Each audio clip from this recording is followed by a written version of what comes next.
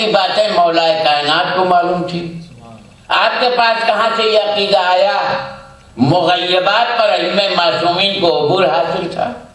ایک سوال ہے دشمنان آل محمد کی طرف سے، کیا ہے اس کا جواب؟ ایک سوال بھیجے محمد والا.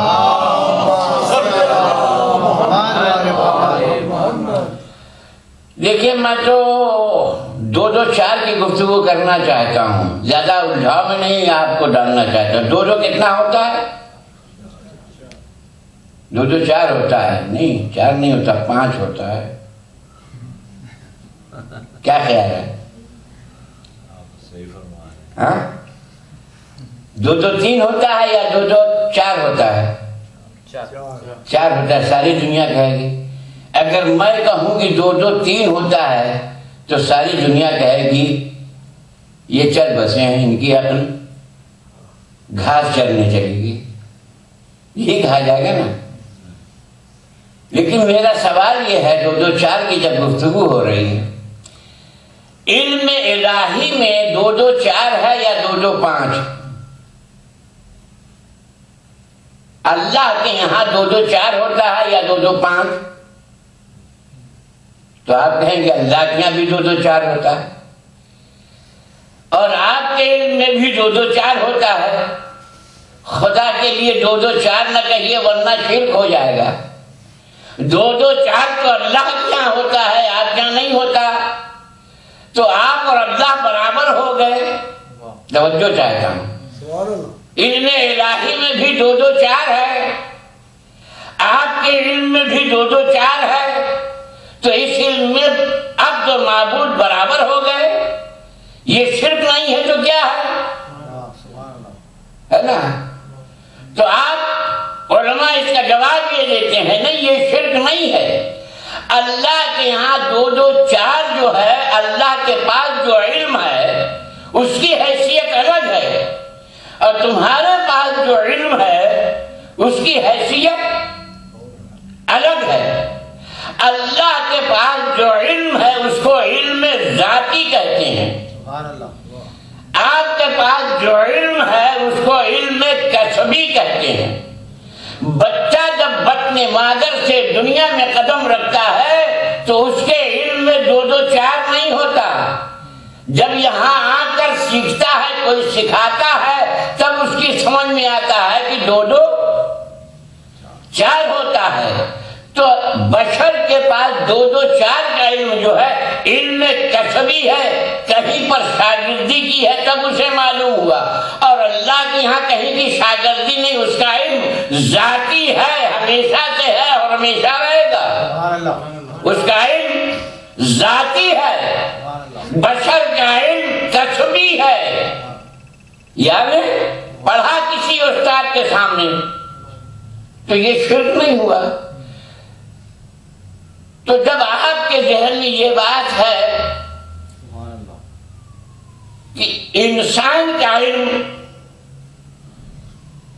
ذاتی نہیں ہے، اللہ کا علم ذاتی ہے، اسی طریقے سے علم کی 3 قسمیں ہیں. ایک علم ذاتی ہے جو اللہ کے پاس ہے، وہ کسی کے پاس نہیں ہے. اور ایک علم کسبی ہے جو اسکول میں پڑھ کر انسان حاصل کرتا ہے، جو استاد کے پاس پڑھ کر حاصل کرتا ہے. اس کے بیچ میں ایک تیسرا علم ہے جس کو کہتے ہیں علم وحبی.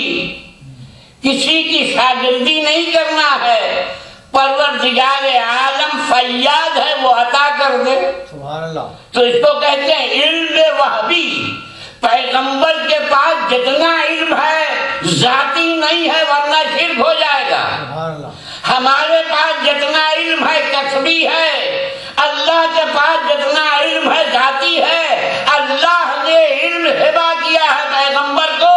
تو اب اس منزل پر آئیے، تو اس منزل پر جب آئیے گا تو پتا چلا کہ ایک علم ذاتی ہے اور ایک علم وحدی ہے.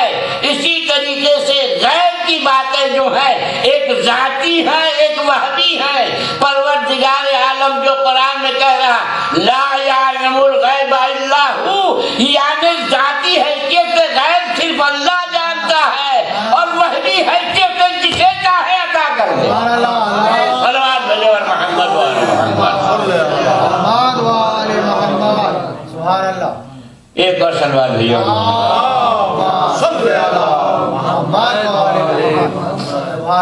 اور میں ایک متقن دلیل، ایسی دلیل جسے کوئی کاٹ نہ سکے دینا چاہتا ہوں. سبحان اللہ. آپ نے کہا قرآن میں ہے لا یعلم الغیب الا ہو، غیب صرف خدا جانتا ہے، کوئی نہیں. میں اسی قرآن سے دلیل پیش کر رہا ہوں. ان اللہ علی کل شیء قدیر، اللہ ہر چیز پر قدرت رکھتا ہے. جب ہر چیز پر قدرت رکھتا ہے تو میرا سوال یہ ہے کہ اپنے علم غیب کو کسی کو دینے پر قدرت رکھتا ہے یا نہیں؟ سبحان اللہ. اگر نہیں رکھتا تو اللہ نہیں. سبحان اللہ. اگر رکھتا ہے تو ماننا پڑے گا کہ علم غیب اللہ نے کسے دیا. سبحان اللہ. آپ اللہ کی قدرت کے قائل ہیں تو بتائیے علم غیب اللہ نے کسے دیا. سبحان اللہ. ہم کہہ رہے ہیں تو تسلیم کیجیے. صلوات بھیجو اور محمد. سبحان اللہ. نعرہ حیدری. سبحان اللہ. تو عزیزان گرامی، یہ تو قرآن سے گفتگو ہوئی.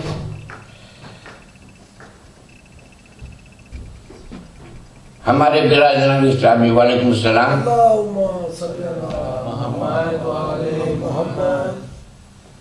عقیدے کے منزل میں سوال کرتے ہیں کہ جو آپ عقیدہ بناتے ہیں یا تو قرآن سے اس کا ثبوت پیش کیجیے یا صحابہ کرام کی زندگی سے پیش کیجیے. تو پیغمبر اسلام علم غیب جانتے تھے، میں نے قرآن کی آیت سے آپ کے سامنے پیش کیا. اور اگر آپ کو ضد ہے ہم وہی مانیں گے جو صحابہ کیا کرتے تھے تو سنیے، سلوات بھیج کر سنیے.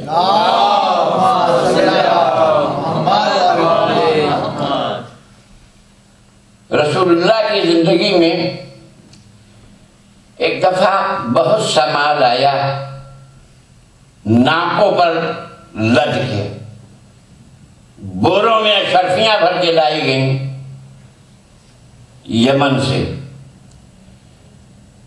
اور جب اشرفیاں لائی گئیں یمن سے، اصحاب سب جمع تھے.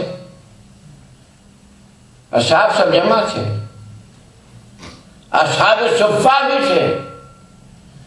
اصحاب صفہ ان اصحاب پیغمبر کو کہتے ہیں کہ جن کا کوئی گھر بار نہیں تھا، زیر آسمان زندگی گزارتے تھے. تو جو سرور کائنات نے اپنی مسجد کے پاس ایک چبوترا بنوا دیا تھا جہاں اصحاب صفہ بسیرا کرتے تھے.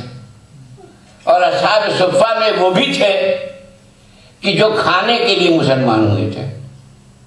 یہ میں نہیں کہہ رہا، یہ مصر کا مورخ محمود ابو ریہ اپنی تاریخ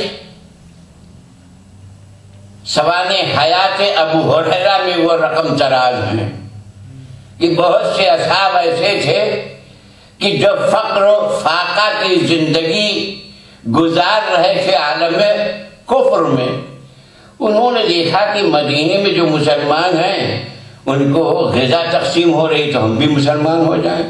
ان میں اکثریت اصحاب صفہ کی تھی. تو پیغمبر مال تقسیم کرتے تھے. جب یمن سے مال آیا ناکوں پر بوروں میں لد کر،